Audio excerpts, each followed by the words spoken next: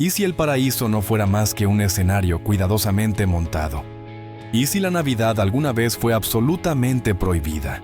¿Y si cada año cientos de miles de personas fueran obligadas a marcharse? Quédate, porque lo que estás a punto de descubrir podría cambiar para siempre tu forma de ver esta isla. Pues, número 1. Los puros cubanos. No son solo símbolo de lujo. Los puros cubanos son el alma de un pueblo que ha sabido resistir. Cada puro es el resultado de más de 500 etapas meticulosas, desde los campos de Pinar del Río hasta las manos de artesanos veteranos. Desde los años 60, cuando Fidel Castro quedó fascinado por el sabor del tabaco de Eduardo Rivera, esta industria se convirtió en un orgullo nacional. Cohiba, Partagás, Romeo y Julieta no son solo nombres, son símbolos de prestigio internacional, presentes en más de 150 países. Pero aquí está el dilema. El salario mensual en Cuba ronda los $30, mientras que una caja de puros puede valer miles. Aún así, Cuba sigue siendo el corazón auténtico de la cultura del tabaco. El Festival del Habano recibe cada año a miles de visitantes de más de 70 países. Vienen a admirar, a aprender y a sentir un legado vivo. Porque cada puro no es solo un producto, es una historia de orgullo, identidad y resistencia. Número 2. El impuesto de la belleza. En Cuba la belleza no es solo maquillaje o cabello teñido, es una declaración de principios. En medio de la escasez, las mujeres preservan su dignidad con cada barra de labial, con cada rizo bien hecho. Una caja de tinte puede costar hasta un tercio del salario mensual, cuando el promedio apenas alcanza los $75. Pero no se rinden. Las redes informales permiten intercambiar productos de belleza. Familiares en el extranjero envían ayuda. Se comparten trucos, se distribuyen recursos. Para ellas, arreglarse no es frivolidad. Es una forma de mantener el ánimo firme en medio del caos. Muchas son el sostén de su familia. Llevan sobre sus hombros el pan diario y también la esperanza. Y aún así, se pintan los labios. Se mantienen erguidas, porque la verdadera belleza no está en el dinero invertido, sino en la valentía de seguir adelante. En una sociedad llena de restricciones, la belleza se convierte en un acto de resistencia silenciosa pero poderosa. ¿Y tú? ¿Qué hiciste alguna vez, con poco dinero, para conservar un rincón de luz para ti? Compártelo en los comentarios. Número 3. Crisis ambiental. En Cuba, el medio ambiente grita en silencio, no por desastres naturales, sino por abandono prolongado, falta de inversión y prioridades cortoplacistas. El agua potable es una batalla diaria. El agua del grifo no es segura, así que las familias deben hervirla, almacenarla o buscar otras fuentes, muchas veces arriesgadas. Los niños y ancianos son las víctimas más vulnerables a enfermedades transmitidas por el agua. La basura se acumula en barrios residenciales, sin recolección ni reciclaje. Las comunidades pobres, ya con pocas opciones, se ven obligadas a convivir con riesgos constantes de enfermedad. El aire tampoco está mejor. Muchos autos antiguos, con motores que aún usan combustibles con plomo, siguen circulando y emitiendo toxinas que el resto del mundo ya prohibió hace décadas. Todo esto ocurre mientras el gobierno prioriza la supervivencia inmediata por encima del desarrollo sostenible. Las pérdidas podrían tardar décadas y millones en revertirse, si es que alguna vez se puede. Antes de continuar, solo te pido 10 segundos. Si esto te importa, dale al botón de la campana y suscríbete. Apoyas al canal. Y a cambio, yo seguiré hablando por ti. ¿Trato hecho? Número 4. La crisis silenciosa en el corazón de la capital. La Habana, con sus calles coloridas y su aire turístico vibrante, se ha convertido en el sueño de miles de cubanos que abandonan sus provincias en busca de una oportunidad. Las olas de migración interna llegan a la capital con esperanza de un nuevo comienzo, pero también con el choque de una realidad mucho más compleja. Vivir en La Habana no es solo mudarse. El sistema de registro de residencia, libreta, exige un permiso especial para asentarse, y sin él, uno puede ser obligado a regresar a su provincia en cualquier momento. A pesar de eso, muchos insisten. Superan barreras legales y financieras por una mínima posibilidad de futuro. Pero La Habana no es un paraíso. La sobrepoblación hace que conseguir vivienda sea casi imposible. Muchos viven hacinados en edificios deteriorados, húmedos, con techos que gotean, cortes de luz y a veces enfrentan discriminación silenciosa de los residentes locales. Quienes no tienen documentos válidos sufren trato injusto y reciben salarios más bajos por el mismo trabajo. Y sin embargo, entre todas las dificultades, hay algo que no se rompe: la fe. La fe en que el futuro en La Habana, por lejano que parezca, vale la pena ser perseguido. Número 5. La realidad de la libreta de racionamiento. Nada refleja mejor la crisis económica de Cuba que la libreta de racionamiento, la libreta, que aún existe en el año 2024. Creada en 1962, no es solo un cuaderno de distribución de alimentos, es la línea entre el hambre y la saciedad. Cada familia recibe arroz, azúcar, frijoles y aceite a precios bajos. Pero esa cantidad solo alcanza para unas 2 semanas. ¿El resto? Deben comprarlo a precio de mercado, a veces 10 o 20 veces más caro. Una libra de carne de cerdo puede costar más de 1,000 pesos, cuando el salario promedio es de 4,000 pesos. Eso significa que un solo plato puede consumir una cuarta parte del ingreso mensual. En la práctica, muchos padres se saltan comidas para dejar más a sus hijos. La desnutrición aumenta silenciosamente. Cuba, que antes fue exportadora agrícola, hoy importa hasta el 70% de sus alimentos. Una solución temporal se ha convertido en una cadena perpetua. Los turistas no usan la libreta. Compran en tiendas especiales, con estantes llenos y precios altísimos. Los cubanos solo pueden mirar o soñar. Es un sistema de 2 niveles lleno de contradicciones. Por fuera, una imagen de igualdad. Por dentro, una desigualdad cruda que se repite en cada comida. Número 6. Relaciones tensas y el poder de los rumores. En Cuba, donde la vida oscila entre la escasez y el orgullo, las relaciones no solo se construyen con sentimientos, sino con susurros. El chisme, la cultura del rumor, no es simple charla ociosa, es el hilo que une al barrio, el latido de cada comunidad. Las noticias viajan más rápido que el viento caribeño. Amoríos, trabajos, problemas familiares. Todo puede volverse tema candente en segundos. En un entorno donde la privacidad es un lujo, todos saben un poco de la vida de los demás. Esa vigilancia puede crear cercanía, pero también malentendidos, celos y fisuras en amistades, romances o negocios. La reputación se vuelve frágil, porque la comunidad es el juez silencioso. Sin embargo, detrás de esos murmullos hay otra realidad. En una sociedad carente, las personas se buscan no solo para hablar, sino para conectar, para aliviarse, para respirar un poco. Cuando faltan bienes básicos, las historias ajenas se vuelven un entretenimiento barato, pero adictivo. Especialmente en el turismo, muchas relaciones son una mezcla de sentimientos, sí, pero también de cálculo. Un vínculo con un extranjero puede ser esperanza, y también más motivo de chisme. Número 7. La conspiración de Coca-Cola. Cuba fue, durante décadas, uno de solo 2 países del mundo donde no se vendía Coca-Cola, junto con Corea del Norte. Durante casi 60 años, los cubanos vivieron sin probar este símbolo global del consumo. No fue hasta 2015 que la Coca-Cola regresó, aunque en forma escasa y a precios el doble de lo normal. En su lugar, los cubanos beben Tucola, una bebida local con un sabor totalmente distinto. El ron abunda por todas partes, lo que resalta aún más la selectividad peculiar de las políticas de consumo. Pero la historia no trata solo de refrescos. es un espejo del aislamiento prolongado de Cuba respecto al mundo.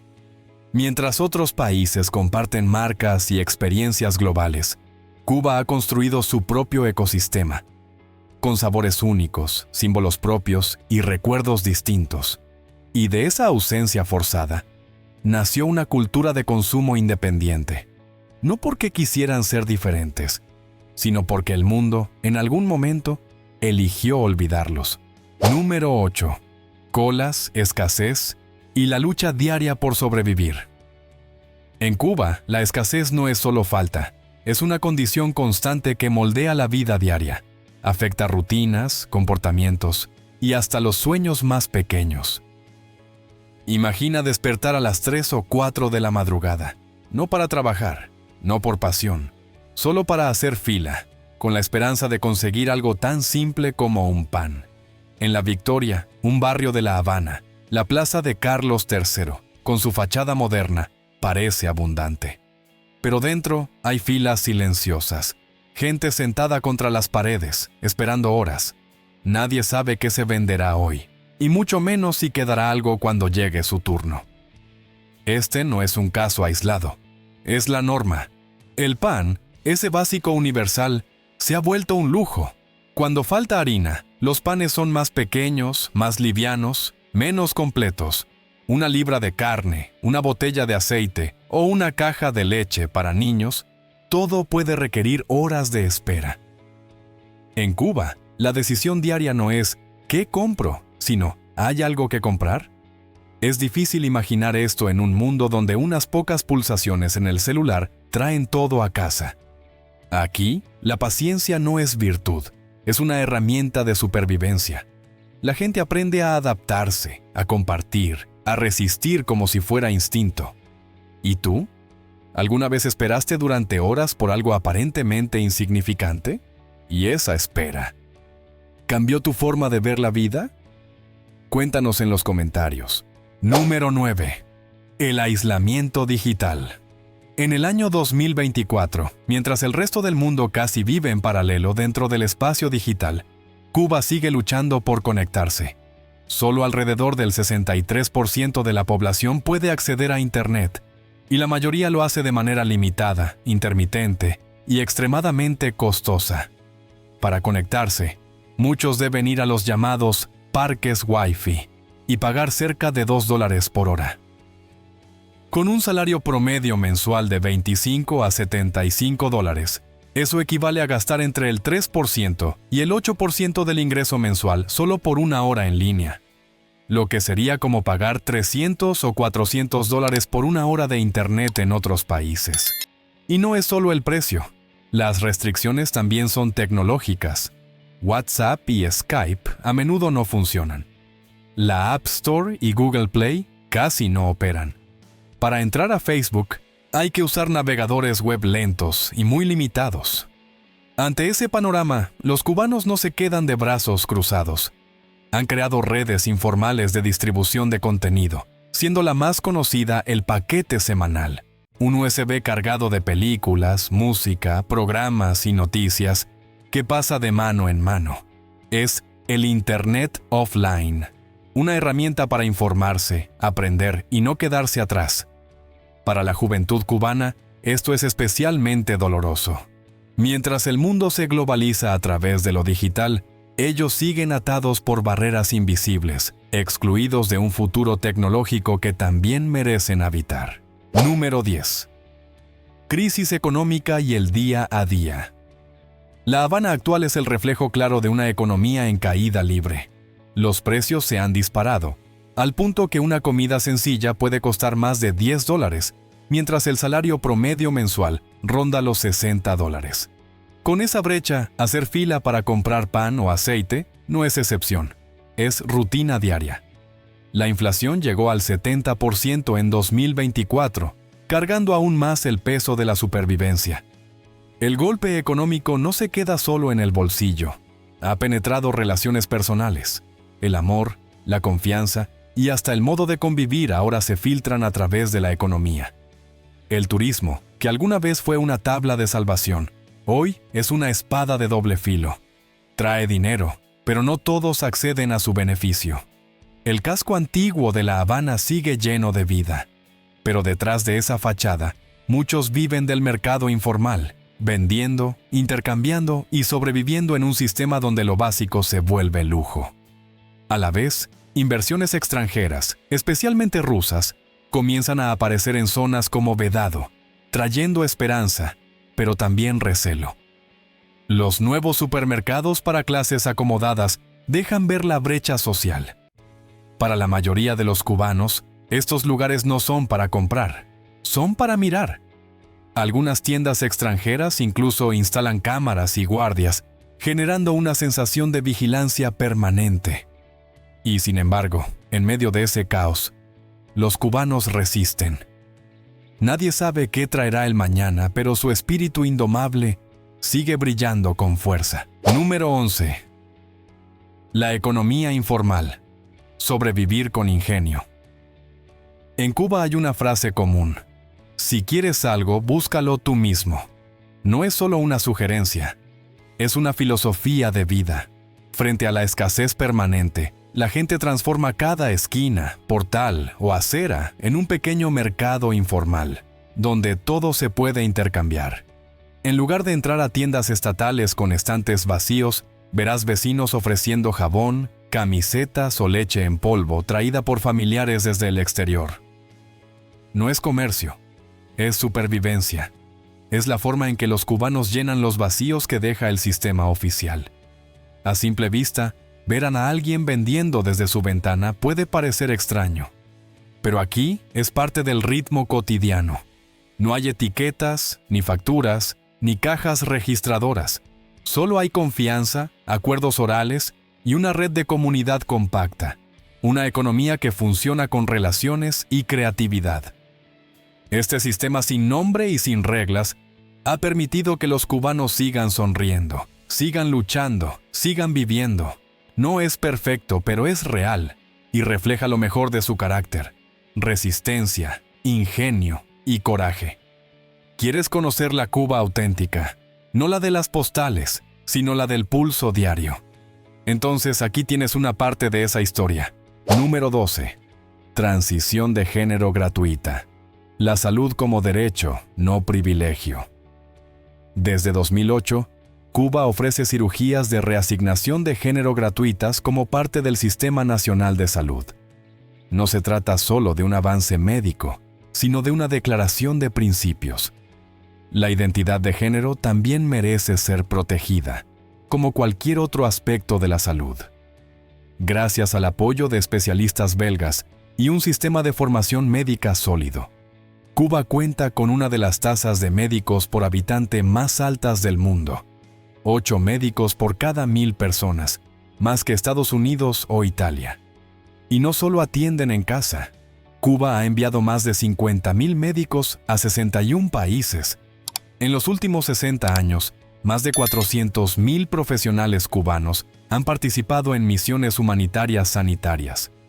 A cambio de los 100,000 barriles de petróleo diarios que Venezuela aporta, Cuba ofrece salud como una forma de diplomacia solidaria. Durante la pandemia de COVID-19, médicos cubanos estuvieron presentes en más de 20 países. En un país donde los recursos son escasos, la atención médica sigue siendo prioridad para todos, sin importar origen, género ni fronteras. Número 13. 3 décadas sin Navidad y el silencio que aún perdura. Desde 1969 hasta 1998, el 25 de diciembre en Cuba no era un día festivo. Era un día laboral común, sin árbol de Navidad, sin regalos, sin misa. Celebrar podía traer problemas, ya que el gobierno alegaba que interfería con la cosecha de caña de azúcar. Para resolver el problema, las autoridades trasladaron la festividad a julio y prohibieron las reuniones familiares. Los niños crecieron sin saber qué era la Navidad. No fue sino hasta 1998, tras la visita del Papa Juan Pablo II, que se restauró el día festivo. Pero el ambiente seguía siendo contenido. Los villancicos fueron reemplazados por un silencio inquietante. Muchos aún evitan celebrar abiertamente, debido a un miedo que se arraigó durante casi 3 décadas. Esa prohibición no solo apagó una fiesta, ilustró cómo el Estado puede moldear la memoria, reprimir la fe y alterar la infancia de toda una generación. Número 14. La paradoja de la bata blanca y los vacíos del sistema de salud Cuba es elogiada por tener una de las tasas más altas de médicos por habitante en el mundo, 8 por cada 1000 personas, más que en Estados Unidos. El país ha erradicado la transmisión del VIH de madre a hijo, desarrollado vacunas contra la meningitis y el cáncer de pulmón, logros incuestionables. Pero detrás de esa medalla hay otra realidad. Los médicos cubanos están fuertemente controlados. No pueden salir del país libremente, y si lo hacen, pueden ser vetados por 8 años. Aunque tienen alta capacitación, muchos ganan menos que un taxista. Varios deben buscar trabajos secundarios para sobrevivir. Cuba también envía decenas de miles de médicos al extranjero, generando divisas para el Estado. Pero los profesionales solo reciben una fracción del pago. Dentro del país, aunque la atención médica es gratuita, los hospitales carecen incluso de suministros básicos, desde hilo quirúrgico hasta gasas. Muchos pacientes deben llevar sus propios medicamentos, sábanas e incluso comida al hospital. Desde 2019, las cirugías han disminuido más del 30%. Cerca del 70% de los medicamentos esenciales están escasos o desaparecidos. La gente busca fármacos por vías no oficiales, gastando todos sus ahorros solo para sobrevivir. Un sistema que forma médicos brillantes, pero que no puede garantizarles una vida digna en su propia tierra. Esa es una paradoja que pocos se atreven a nombrar. Número 15. Cuando el dinero deja de ser dinero, y la vida es una serie de desafíos invisibles. En Cuba, la moneda no solo sirve para comprar, también determina cómo vives. La gente usa el peso cubano, CUP, para lo básico, pero para adquirir productos esenciales como carne, champú o electrodomésticos, necesitan la moneda libremente convertible, MLC, una divisa digital vinculada al dólar o al euro.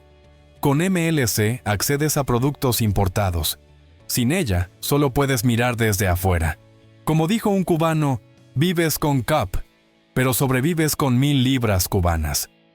En medio de sanciones que limitan la oferta, cosas simples como el papel higiénico se convierten en artículos de lujo. Multitudes bajo el calor, horas en fila, y a veces te vas con las manos vacías. Cuba sigue siendo una economía de efectivo. Las tarjetas de crédito estadounidenses están bloqueadas. Muchas tarjetas internacionales tampoco funcionan. Por eso, proliferan los mercados negros de divisas, que prometen mejores tasas, pero implican riesgos, desde estafas hasta cambios drásticos de valor. Los sueldos son bajos, los precios suben. Muchos cubanos deben estirar cada centavo, eligiendo entre la seguridad de las casas de cambio oficiales o el mayor poder adquisitivo de canales informales. Y cuando ni el dinero basta, se apoyan en redes clandestinas, donde alguien intercambia huevos por aceite, otro ofrece reparaciones por un paquete de detergente. La vida aquí no se mide en relojes ni etiquetas de precios, sino en paciencia, ingenio y un poco de magia diaria. Número 16. Cuando los autos clásicos dejan de ser nostalgia y se convierten en una forma de subsistencia accidentada. En Cuba, los autos clásicos que brillan bajo el sol no son solo un espectáculo encantador para los turistas. Son testimonio vivo de 6 décadas de lucha entre el embargo económico y una resistencia asombrosa. Estos vehículos existen no por pasión por lo vintage, sino porque no hay otra opción. Tras más de 60 años de embargo, incluso reparar un coche requiere autorización estatal. Sin repuestos originales, muchos han recurrido a instalar motores de Toyota, Hyundai o cualquier cosa que aún funcione. Los dueños se convierten en mecánicos por necesidad. Fabrican piezas a mano, sueldan de forma improvisada y mantienen viva su máquina de supervivencia para que no colapse en medio del camino. Porque para muchos, El auto no es solo un medio de transporte, es el sustento de toda una familia. Y si se rompe, puede desencadenar una crisis familiar completa.